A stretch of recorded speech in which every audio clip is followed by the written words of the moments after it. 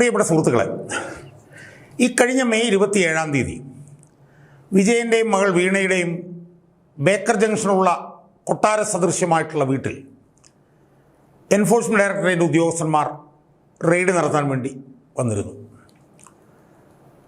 അവരെ മണിക്കൂറുകളോളം അവിടെ ചിലവഴിച്ചതിന് ശേഷം, അതായത് വിജയൻ്റെ മകളെ എടുത്തുന്ന കുറേ വിവരങ്ങളെടുത്തു, കുറേ രേഖകളും കുറേ ഡിജിറ്റൽ തെളിവുകളൊക്കെ എടുത്തു. ആ ഡിജിറ്റൽ തെളിവുകൾ രേഖകളെല്ലാം എടുത്തിട്ട് പുറത്തേക്ക് വരുന്ന സമയത്ത് ഉണ്ടായ അനിഷ്ട സംഭവങ്ങൾ, അക്രമ പരമ്പരകൾ ഇപ്പോഴും വലിയ ചർച്ചാ വിഷയമായി നമ്മുടെ ഇടയിൽ തുടരുകയാണ്.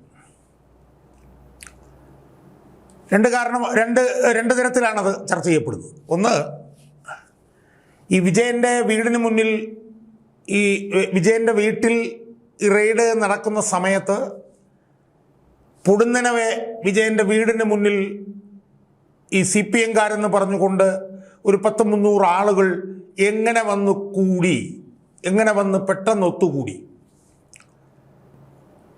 അതൊത്തുകൂടിയത് സ്വാഭാവികമായിട്ടുണ്ടായതാണോ അതോ മനഃപൂർവ്വം കരുതിക്കൂട്ടി CPM അവിടെ ആ ആളുകളെ ഒത്തുകൂട്ടിച്ചതാണോ എന്നൊക്കെയുള്ള ചർച്ചകൾ നടക്കുന്നുണ്ട്.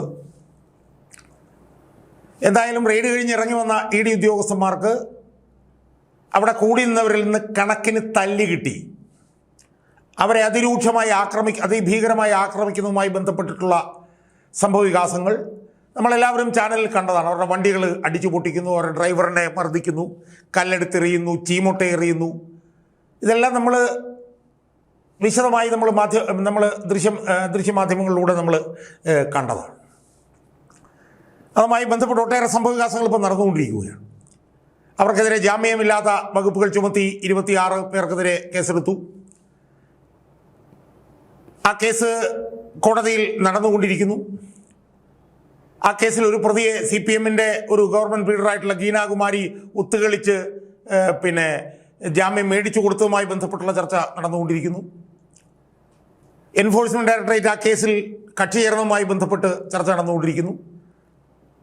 ഇന്ന് ഞാൻ ഈ വീഡിയോ റെക്കോർഡ് ചെയ്യുന്ന ദിവസവും കോടതിയിൽ അവരുടെ ജാമ്യാപേക്ഷ സംബന്ധിച്ചിട്ടുള്ള കേസുകൾ നടക്കുന്നുണ്ട്.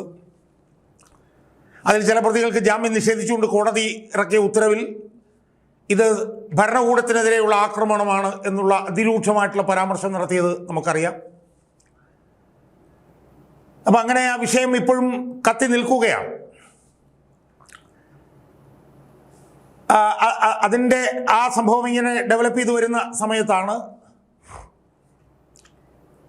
ഈ 26 പേരെ CPM മനഃപൂർവ്വം കുരുതി കൊടുക്കുകയായിരുന്നു എന്നുള്ള ചർച്ച വ്യാപകമായി വന്നത്.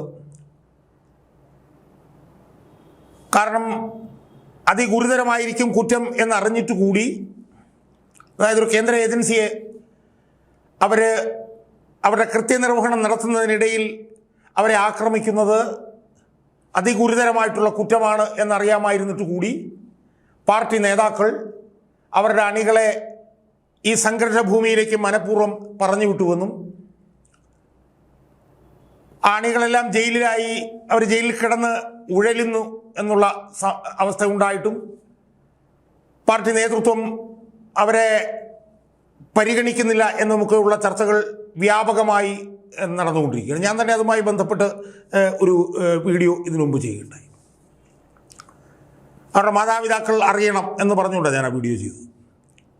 കാരണം പാർട്ടിക്കാരെ എന്നുള്ള നിലയിൽ പാർട്ടി പറയുന്ന എന്ത് കാര്യവും ചെയ്യുന്ന താഴെത്തട്ടിലുള്ള അണികളെ പാർട്ടി നേതൃത്വം എങ്ങനെയാണ് കുരുതി കൊടുക്കുന്നത് എന്നതിൻ്റെ ഏറ്റവും പുതിയ ഉദാഹരണമാണ് ഇപ്പോൾ ഈ നടന്ന സംഭവവികാസങ്ങൾ എന്ന് പറയാൻ വേണ്ടിയിട്ടാണ് ഞാൻ ആ വീഡിയോയിലൂടെ അന്ന് ശ്രമിച്ചത്.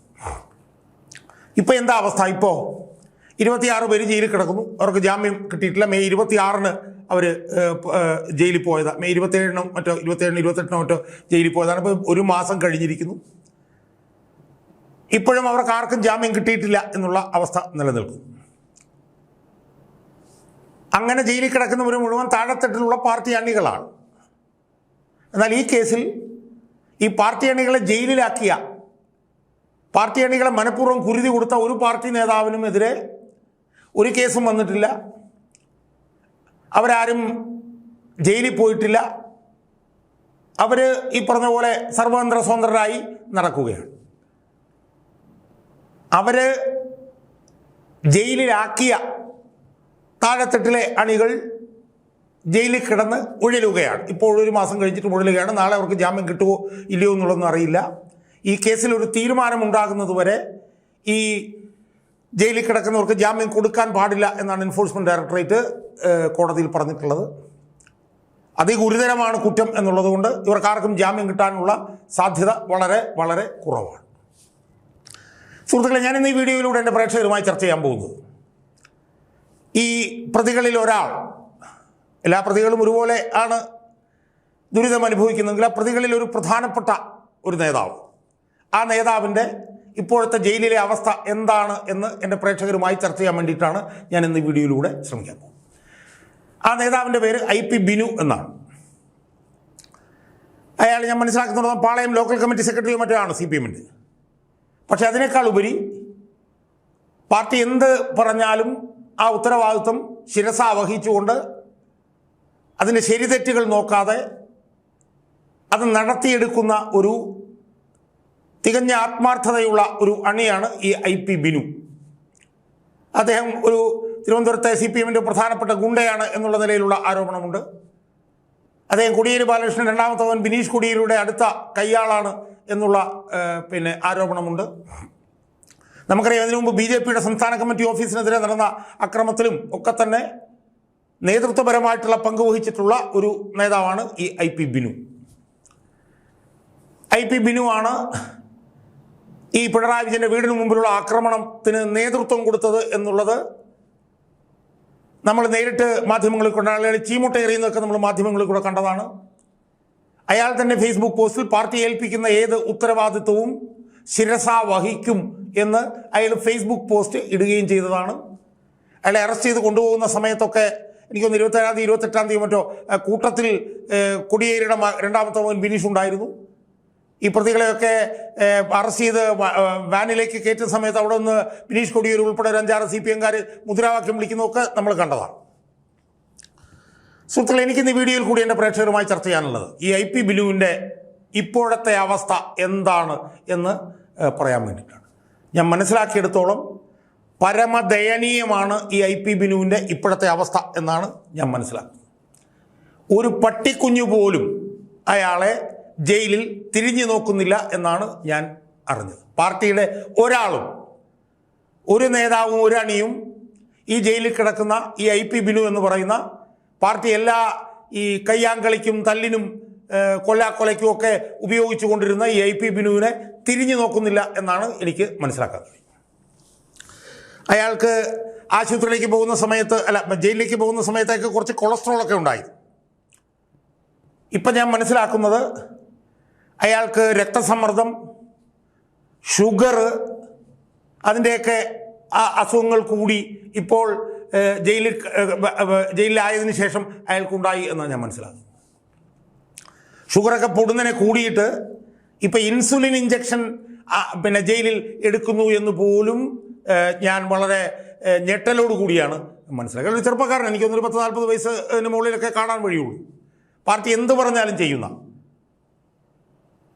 പാർട്ടി നിൽക്കാൻ പറഞ്ഞാൽ ഇരിക്കാൻ പറഞ്ഞാൽ കിടക്കാൻ പറഞ്ഞാൽ ഉരുളുന്ന ഒരു നേതാവോ അല്ലെങ്കിൽ ഗുണ്ടാ നേതാവായിരുന്നു IP ബിനു. കഴിഞ്ഞ കോർപ്പറേഷൻ തെരഞ്ഞെടുപ്പിൽ മത്സരിച്ച് പരാജയപ്പെട്ടതാണ്. പാർട്ടിക്ക് ഏറ്റവും വേണ്ടപ്പെട്ടവൻ. അതുകൊണ്ട് തന്നെയാണല്ലോ പാർട്ടിയുടെ പാളയം ലോക്കൽ കമ്മിറ്റിയുടെ സെക്രട്ടറി എന്ന് പറഞ്ഞാൽ ഏറ്റവും പ്രധാനപ്പെട്ട ഒരു സ്ഥാനമാണല്ലോ, ചെറിയ സ്ഥാനമാണെങ്കിൽ. അങ്ങനെയുള്ള IP ബിനുവിൻ്റെ അവസ്ഥ പരമദയനീയമാണ് എന്നാണ് എനിക്ക് എൻ്റെ പ്രേക്ഷകരുടെ അടുത്ത് പറയാനുള്ളത്. പെട്ടെന്ന് അയാൾക്ക് ഈ പറഞ്ഞ പോലെ രക്തസമ്മർദ്ദവും ഷുഗറും ഒക്കെ കൂടി എന്ന് പറഞ്ഞാൽ അതിൻ്റെ അർത്ഥം അയാൾ വലിയ സമ്മർദ്ദത്തിലാണ് എന്നാണ്. അയാൾ വലിയ മാനസിക സമ്മർദ്ദത്തിലാണ് എന്നാണ് ഞാൻ മനസ്സിലാക്കുന്നത്. അയാളുടെ കുടുംബമൊക്കെ തന്നെ വലിയ ഒരു മനോവ്യഥയിലാണ് എന്നാണ് മനസ്സിലാക്കുന്നത്. ഏറ്റവും പ്രധാനപ്പെട്ട വിഷയം എന്ന് പറയുന്നത് പാർട്ടിയുടെ ഒരാൾ പോലും, പാർട്ടിയുടെ ഒരു നേതാവോ ഒരു അണിയോ പോലും ഈ IP ബിനുവിനെ ഈ ജയിലിൽ ചെന്ന് കാണാനോ അയാളെ സഹായിക്കാനോ ശ്രമിക്കുന്നില്ല എന്നുള്ള ഏറ്റവും പത്തറ്റിക്കായിട്ടുള്ള, ഏറ്റവും ദയനീയമായിട്ടുള്ള ഒരു സാഹചര്യമാണ് ഇപ്പോൾ നിലനിൽക്കുന്നത് എന്നാണ് ഞാൻ മനസ്സിലാക്കുന്നത്. അയാളുടെ ആരോഗ്യനില അടിക്കടി മോശമായി കൊണ്ടിരിക്കുകയാണ് എന്നുകൂടി വളരെ വളരെ വിഷമത്തോടു കൂടി ഞാൻ മനസ്സിലാക്കുകയുണ്ടായി.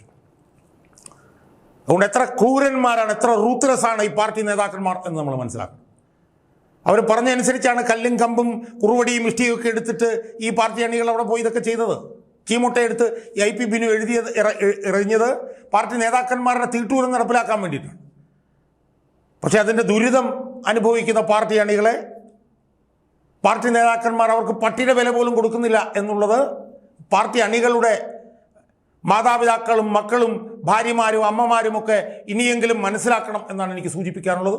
അതുകൊണ്ട് തങ്ങളുടെ മക്കളെയും ഈ പറഞ്ഞ പോലെ ഭർത്താക്കന്മാരെയും ഒക്കെ ഇതുപോലെയുള്ള ദുരിതത്തിലേക്ക് വലിച്ചെറിയുന്ന പാർട്ടി നേതാക്കന്മാർക്കെതിരെ ഈ അമ്മയും പെങ്ങന്മാരും ഒക്കെ തന്നെ കലാപക്കൊടി ഉയർത്തേണ്ട സമയം അതിക്രമിച്ചിരിക്കുന്നു എന്നാണ് എനിക്ക് അവരോട് ഈ അവസരത്തിൽ എനിക്ക് സൂചിപ്പിക്കാനുള്ളത്.